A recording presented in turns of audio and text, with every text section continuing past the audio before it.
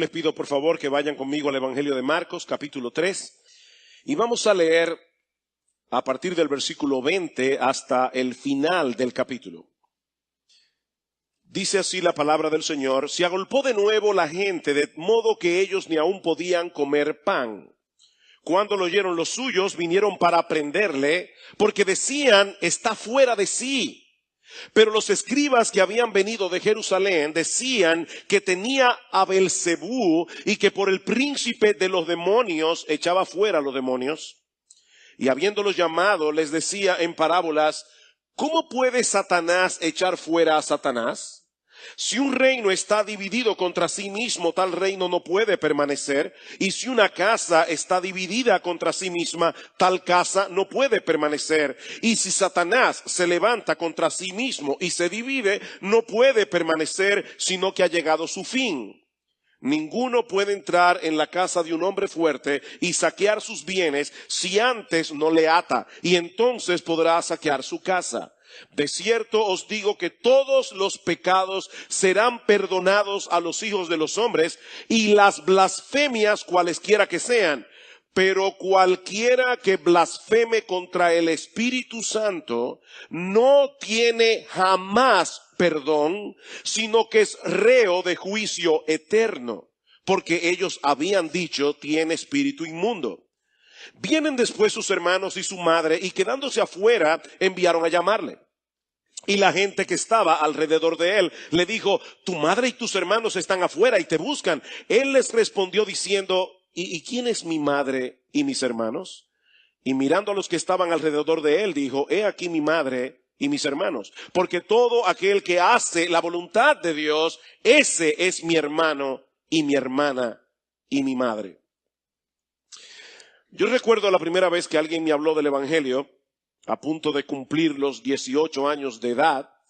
Estaba caminando por el barrio con mi mejor amigo de la adolescencia, que recién había hecho profesión de fe, aunque yo en ese momento no lo sabía. Y de repente mi amigo me pregunta cuál era mi opinión acerca de Jesucristo. Y si yo no recuerdo mal, creo que le dije con un aire de intelectualidad que él había sido un gran hombre, un revolucionario, alguien adelantado para su época. Pero en ese tiempo yo no estaba dispuesto a aceptar el cristianismo como tal, como una religión verdadera. Así que en mi mente yo creía tener una buena opinión de Jesús, aunque no lo aceptaba como Señor y Dios. Poco tiempo después comencé a leer la Biblia. Mi corazón fue transformado por el poder del Evangelio, y entonces me di cuenta que mi forma de pensar acerca del Señor Jesucristo era completamente absurda y ridícula. Como dice C.S. Lewis, un hombre que fue meramente un hombre y que dijo las cosas que dijo Jesús, no sería un gran maestro moral.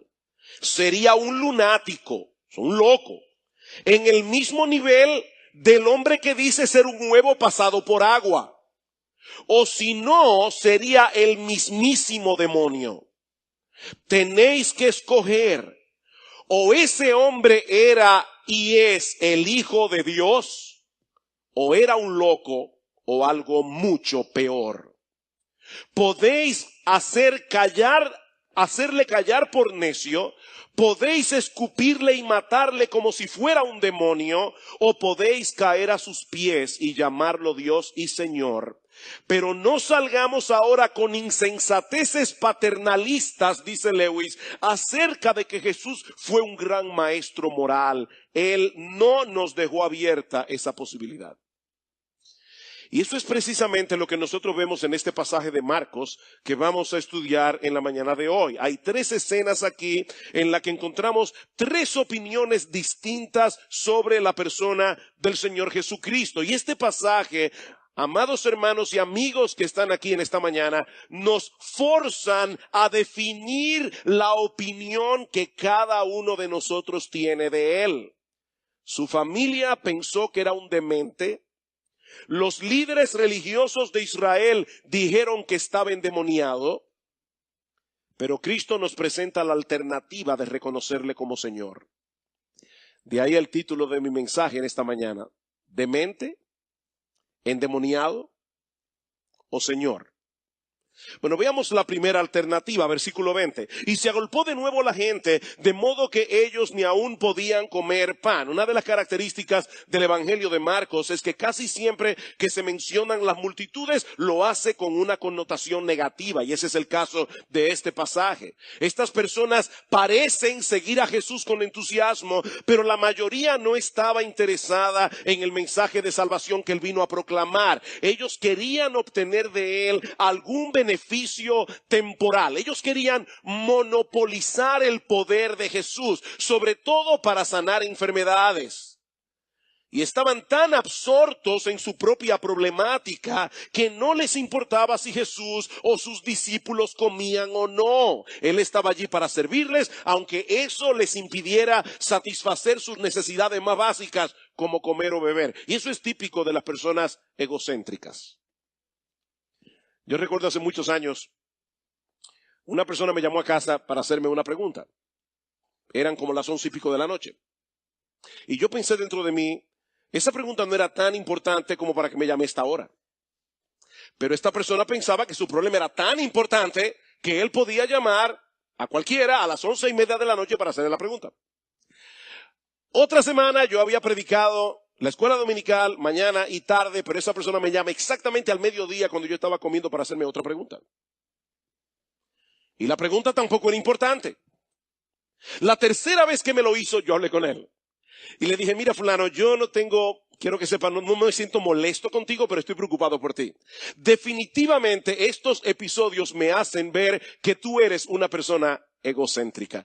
Tú estás tan absorto en tu propia problemática, que era lo que estaba pasando aquí con las multitudes, que tú no te das cuenta de lo inoportuna que son las horas a las que tú llamas para hacer preguntas. ¿Saben qué pasó? Meses después lo botaron del trabajo. Y yo me encontré con su jefe. Y le pregunto, fulano, ¿qué pasó? Literalmente su respuesta fue, es que era una persona muy egocéntrica. Yo digo, sí, ya lo sabía. Las personas así, las personas como estas multitudes no piensan en los demás. Estas personas eran incapaces también de ver que su mayor necesidad no eran sus enfermedades físicas. Su mayor necesidad era su pecado. Y eso fue precisamente lo que Cristo vino a resolver, encarnándose y muriendo en una cruz por pecadores y así pagar nuestra deuda con la justicia de Dios. Ahora, por supuesto, cuando la familia de Jesús comienzan a escuchar los reportes de lo que Jesús estaba haciendo y cómo se había entregado por completo a servir a otros, aún descuidando sus propias necesidades, de inmediato llegaron a la conclusión de que Jesús había perdido la cabeza. Versículo 21. Cuando lo oyeron los suyos, vinieron para prenderle, para arrestarle, para encerrarlo, es la idea, porque decían, está fuera de sí. Más adelante, en los versículos 31 y 32, que veremos en un momento, vemos que esa comitiva estaba formada por la madre de Jesús y sus hermanos. Sí, Jesús tenía hermanos. Y en Marcos capítulo 6, versículo 3, también menciona que tenía hermanas. Y probablemente las hermanas no estaban allí porque se quedaron en la ciudad de Nazaret, donde vivían. Porque era inapropiado que ellas se metieran en una situación como la que está sucediendo aquí. Marcos nos dice que ellos habían venido a arrestar a Jesús.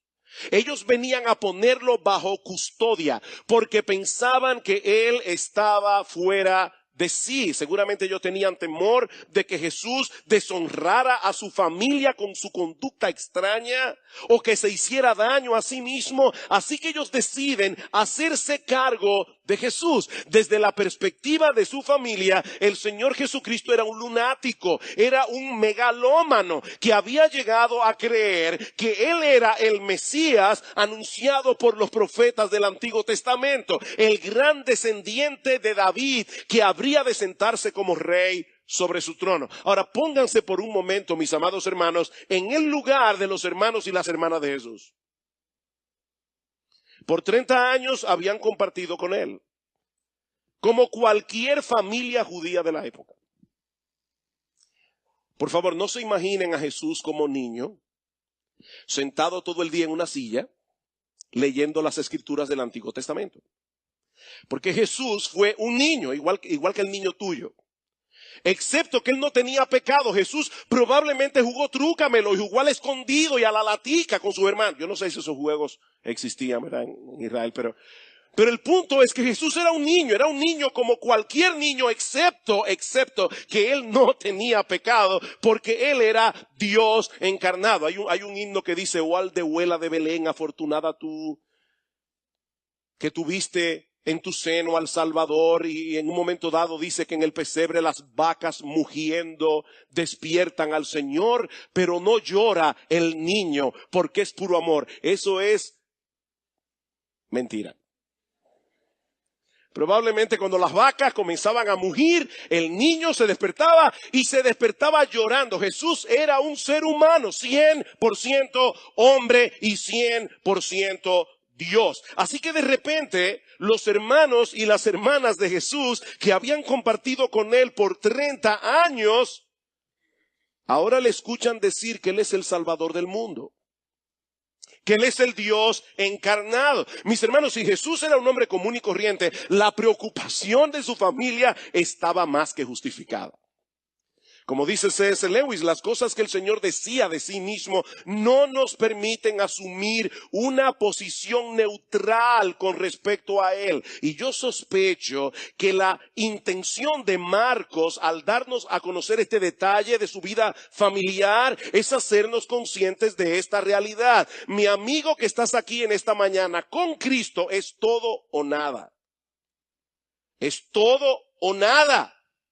Sus propios hermanos no creían en él, como dice en Juan 7:5, aunque eso habría de cambiar después de su resurrección. De hecho, una de las cartas del Nuevo Testamento fue escrita por Santiago, y ese Santiago no es otro que uno de los hermanos de Jesús, hijo de María y de José. Pero durante su ministerio terrenal, Cristo tuvo que enfrentar la oposición de su propia familia. Y hermanos, eso debe ser un gran consuelo para todos nosotros. Porque el Señor entiende perfectamente lo que nosotros sentimos cuando nuestros familiares nos rechazan y cuando se oponen a nosotros por causa de nuestra fe.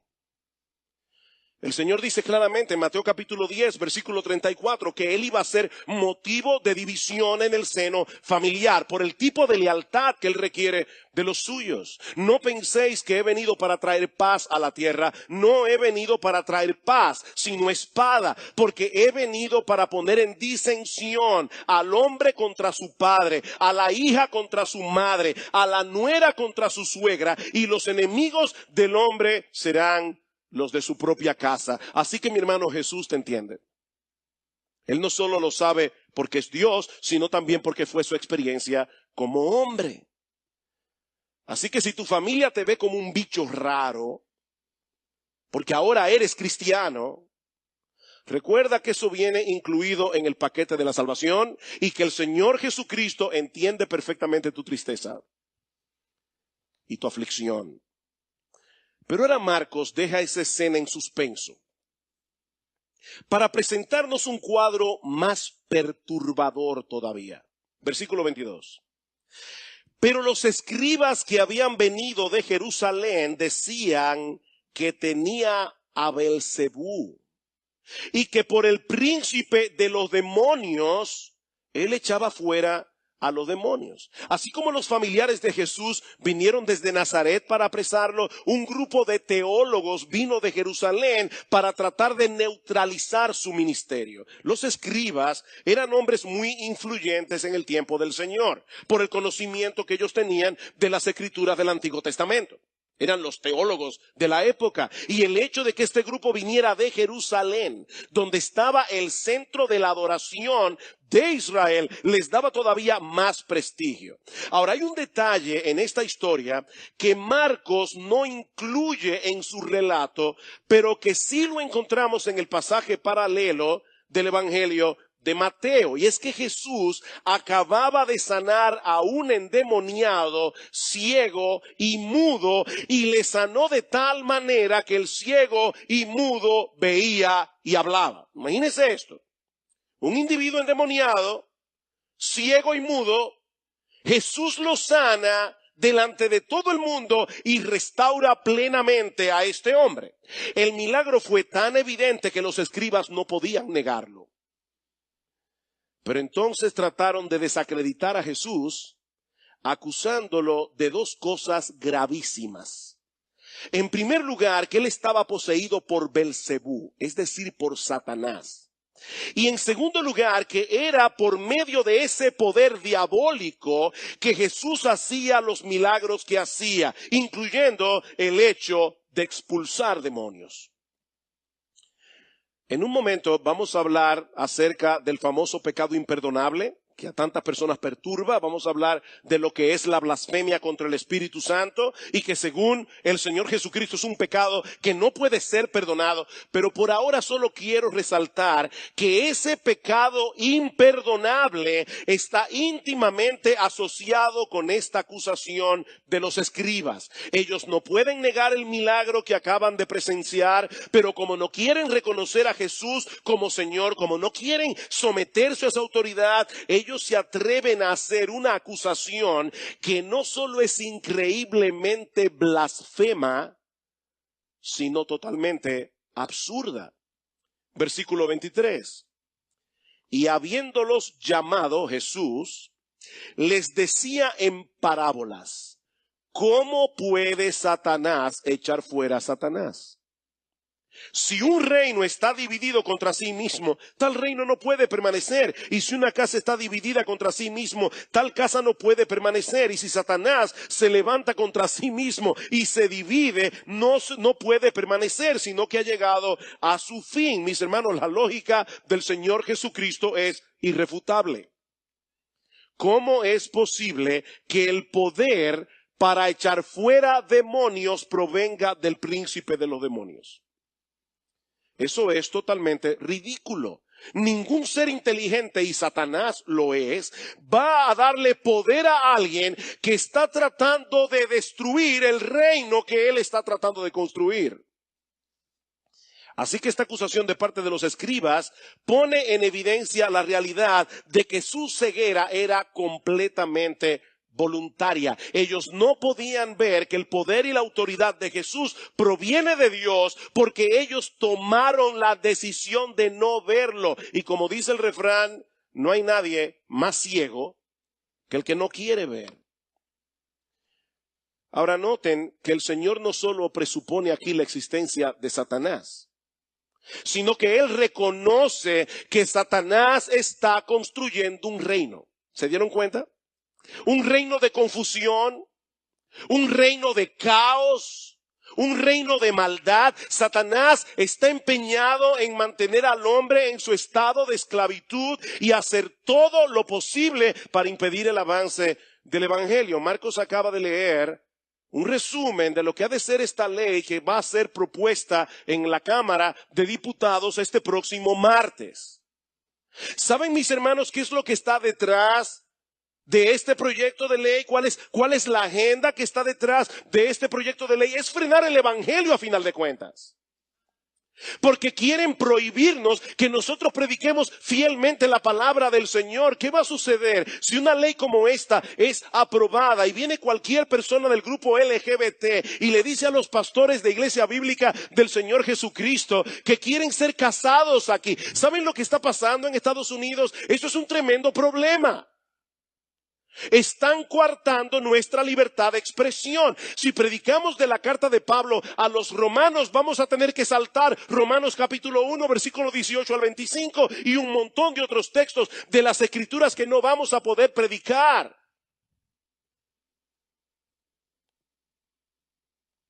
Y eso, mis hermanos, proyectos como esos no se escriben a tontas y a locas. Aunque ellos no lo saben, Satanás está detrás de esa iniciativa.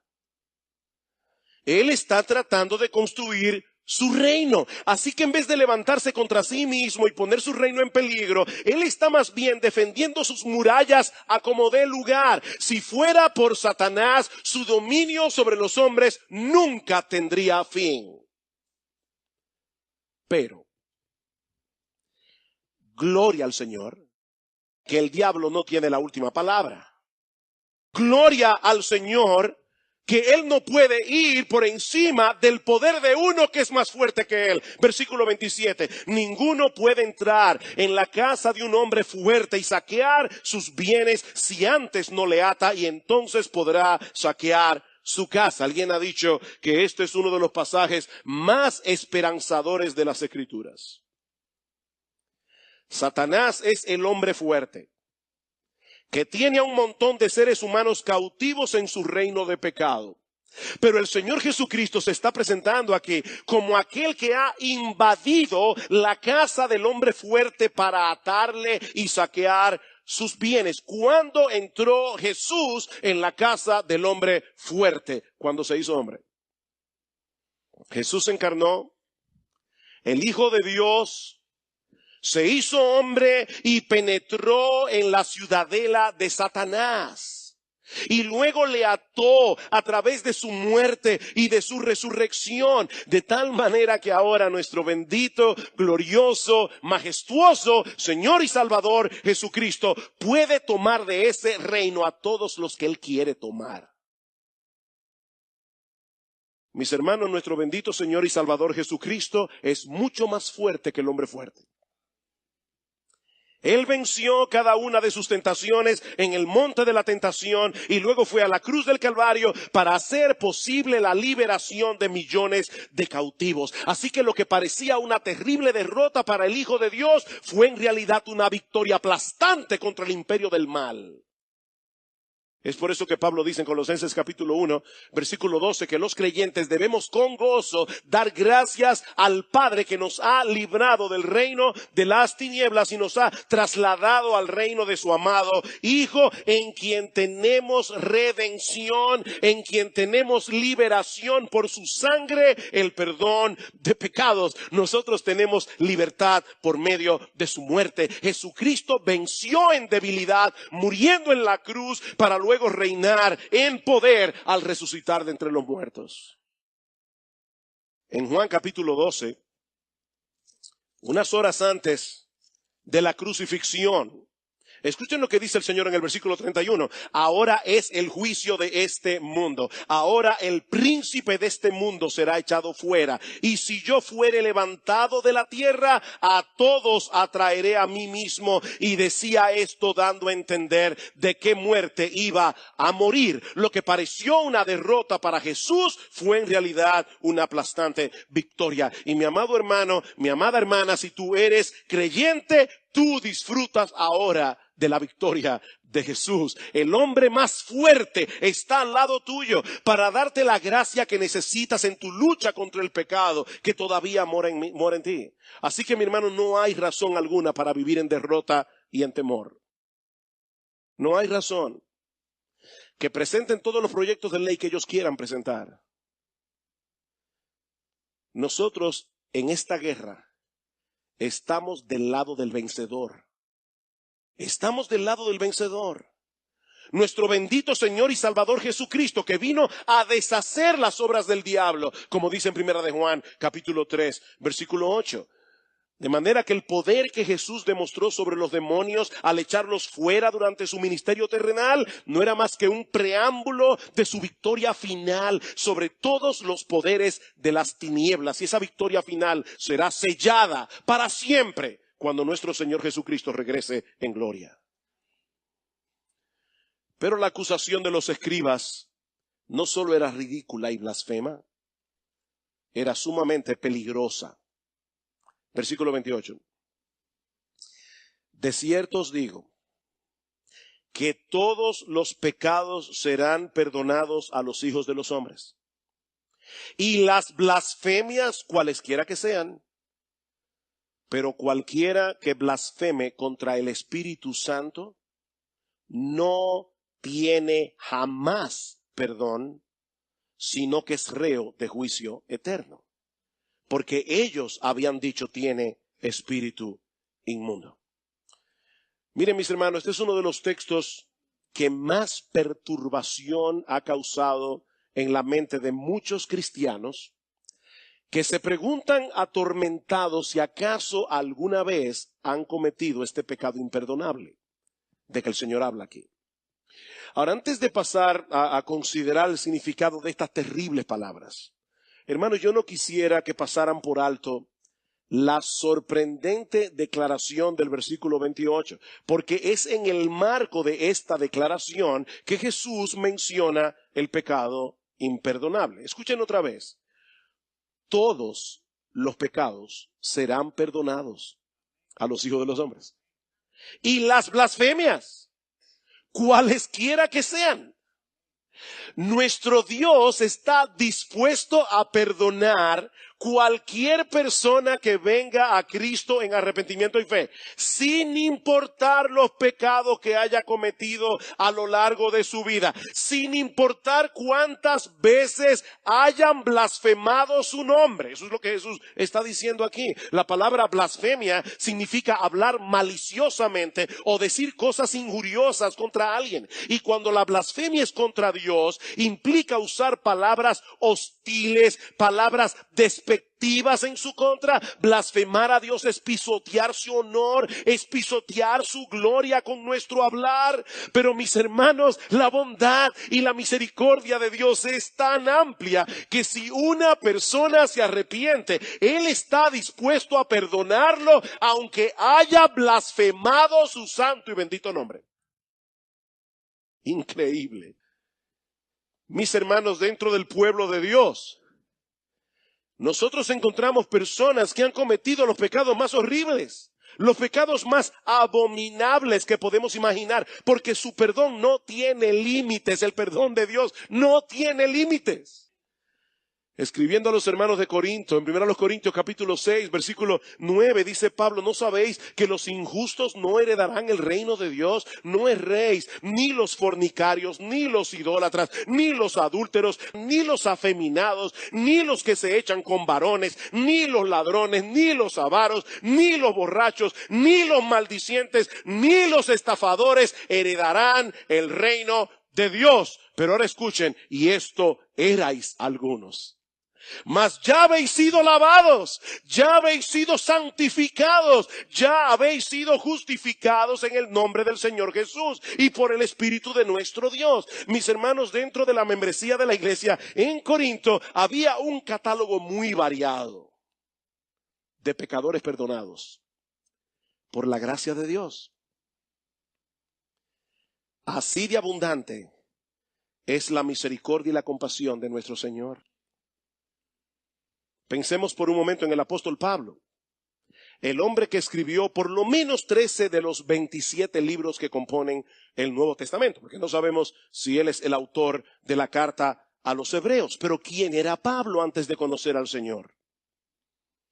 Escuchen un poquito de su testimonio en el capítulo 26 del libro de Hechos. Yo ciertamente había creído mi deber hacer muchas cosas contra el nombre de Jesús de Nazaret. Pablo lo veía como un deber religioso. Yo encerré en cárceles a muchos de los santos, y cuando los mataron yo di mi voto, como en el caso de Esteban, y muchas veces castigándolos en todas las sinagogas los forcé a blasfemar. Imagínense al gran apóstol Pablo en su vida pasada golpeando y torturando a cristianos hasta que maldigan el nombre de Jesús. Ese era Pablo. Y no contento con hacer eso en Jerusalén, dice, enfurecido sobremanera contra ellos, los perseguí hasta en las ciudades extranjeras. Pero perdónenme la expresión, no quiero ser irreverente, ahí es que Dios se la luce. Precisamente Pablo iba camino a Damasco y se le aparece Jesús. Y le dice: Saulo, Saulo, ¿por qué me persigues? ¿Quién eres, Señor? Yo soy Jesús, A quien tú persigues, Pablo, te estás haciendo daño a ti mismo. Dura cosa es dar coces contra el aguijón. Pablo era un celoso y ferviente perseguidor de la iglesia. Él odiaba a Cristo con todas las fibras de su ser, pero no solo fue perdonado, sino que Jesús lo escogió para ser uno de sus apóstoles. El Señor es bueno y misericordioso, grande en misericordia para con todo lo que le invocan, como dice el Salmo 86, versículo 5.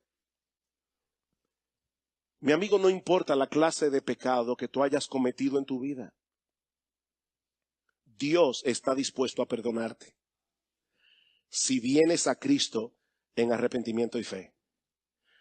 Pero cuidado, hay un pecado que nunca será perdonado, y es la blasfemia contra el Espíritu Santo. Versículo 29, cualquiera que blasfeme contra el Espíritu Santo no tiene jamás perdón. Es reo de juicio eterno, porque ellos habían dicho tiene espíritu inmundo. Este versículo 30 es de suprema importancia para entender la declaración del versículo 29, porque nos dice explícitamente que el Señor dirigió esta advertencia a los escribas que estaban atribuyendo las obras de Jesús al poder de Satanás. Esta era una blasfemia contra el Espíritu Santo, porque todas las obras que Jesús llevó a cabo durante su ministerio las hizo en el poder del Espíritu.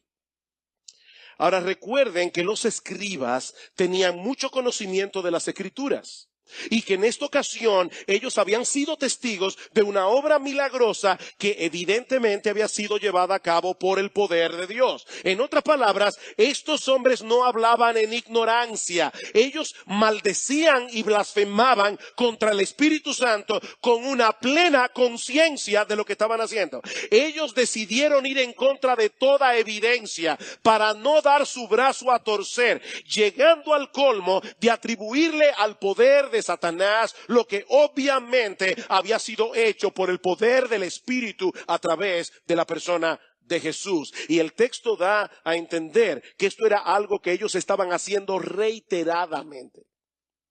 Cuando Marcos dice en el versículo 22 que los escribas que habían venido de Jerusalén decían que Jesús estaba haciendo todo eso por el poder de Satanás, el verbo que se usa allí se encuentra en el griego en tiempo imperfecto. ¿Y eso qué significa? Que es algo que ellos hacían de manera continua. No fue un evento. Era una actitud que ellos habían asumido. Estos hombres estaban acusando continuamente al Señor de actuar por el poder de Satanás, de manera que ellos estaban continuamente blasfemando contra el Espíritu Santo. Ahora, ¿saben qué es lo terrible de este pecado? Que Cristo dice, la blasfemia contra el Padre puede ser perdonada, la blasfemia contra el Hijo puede ser perdonada, pero no la blasfemia contra el Espíritu Santo. Lo terrible de este pecado es que coloca al hombre en una condición en la que ya es imposible arrepentirse, porque es precisamente el Espíritu Santo el que abre los ojos del pecador y el que produce arrepentimiento y fe en el corazón del hombre. De manera que cuando un individuo decide ir en contra de toda evidencia y endurecer continua y voluntariamente su corazón contra la obra del Espíritu, atribuyéndola a poderes demoníacos, esa persona está cerrando toda posibilidad de experimentar el arrepentimiento, sin el cual la salvación es imposible para cualquiera. John Piper dice, el pecado imperdonable de la blasfemia contra el Espíritu Santo es un acto de resistencia en el que se menosprecia al Espíritu Santo tan gravemente que Él se retira para siempre con su poder de convicción para que ese pecador nunca sea capaz de arrepentirse y ser perdonado. Esa persona se cierra toda la puerta de la salvación para siempre. De manera, mi hermano o amigo que estás aquí en esta mañana, si tú estás angustiado por la posibilidad de haber cometido ese pecado, esa angustia es una clara señal de que no lo has cometido. Las personas que han llegado a la condición de la que Cristo habla aquí han perdido toda sensibilidad espiritual. Son personas que se han colocado a sí mismas en la posición en la que el Espíritu ya no convence nunca más de pecado. Sin embargo, esta advertencia debe ser tomada muy en serio por todos aquellos que escuchan regularmente el Evangelio, por todos aquellos que continuamente rechazan el llamado del Espíritu al arrepentimiento y a la fe a través de la predicación de la palabra. ¿Saben por qué? Porque puede llegar el momento en que traspasen una línea en la que ya no haya vuelta atrás y pierdan toda sensibilidad a la obra del Espíritu. Esto es serio. Esto es serio. Pero este pasaje no concluye ahí.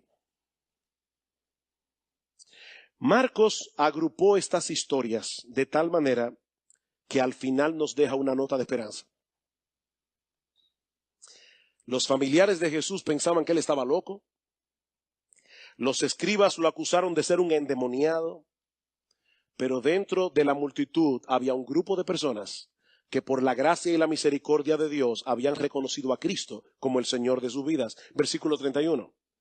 Vienen después sus hermanos y su madre, y quedándose afuera enviaron a llamarle, y la gente que estaba sentada alrededor de él le dijo: tu madre y tus hermanos están afuera y te buscan. Él les respondió diciendo: ¿quién es mi madre y mis hermanos? Y mirando a los que estaban sentados alrededor de él, dijo: he aquí mi madre y mis hermanos. Porque todo aquel que hace la voluntad de Dios, ese es mi hermano y mi hermana y mi madre. Marcos vuelve a retomar la historia donde la había dejado en el versículo 21. ¿Recuerdan cuando los familiares de Jesús vinieron a buscarlo para prenderlo? Obviamente ellos se quedan fuera de la casa y lo mandan a llamar a través de las personas que están a su alrededor. Hicieron una cadena de información hasta que la información llega a Jesús.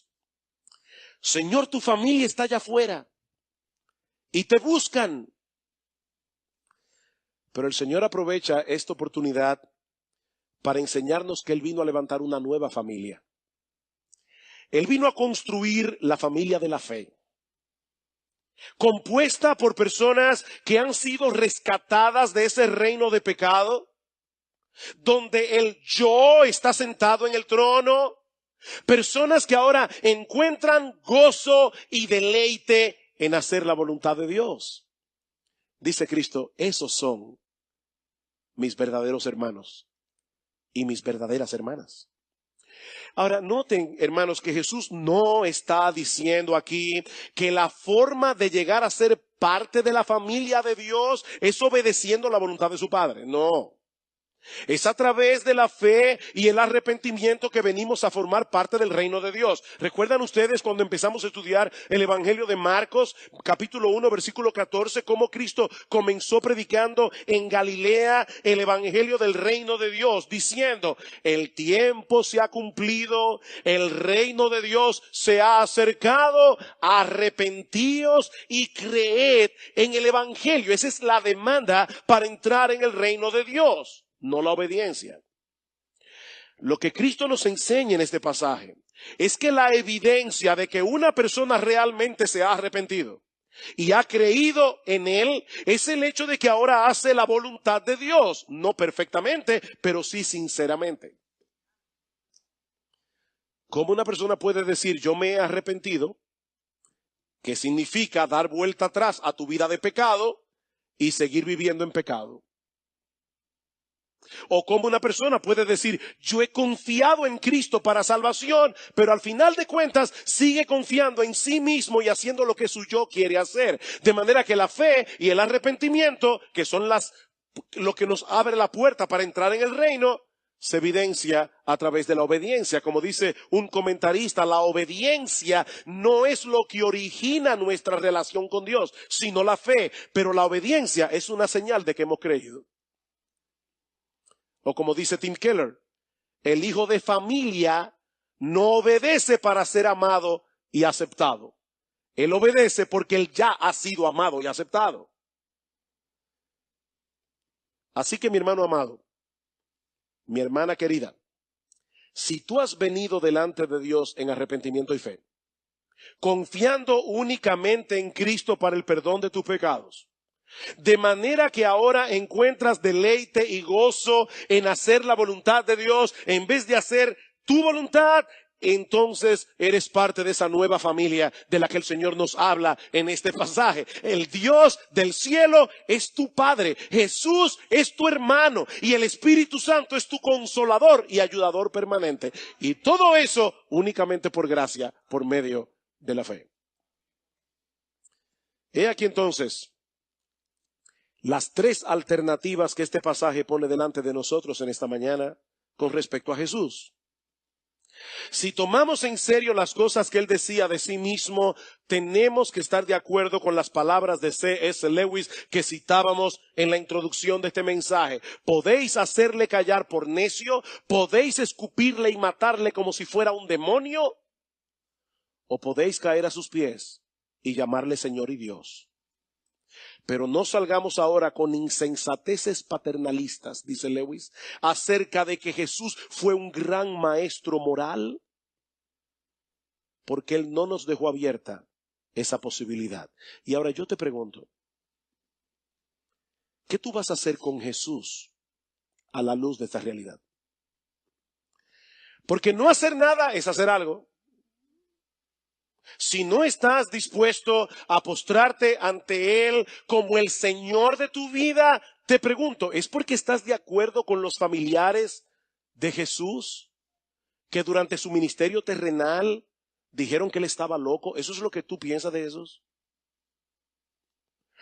O tal vez en tu corazón te atreves a acusarle de ser un endemoniado, como hicieron los escribas. Mi amigo, ¿qué vas a hacer con Jesús? Porque la neutralidad con Él es imposible. No se puede ser neutral con Jesús. De hecho, Él mismo dijo en una ocasión, el que no es conmigo está contra mí. Solo hay dos posibilidades. El que no está conmigo está contra mí.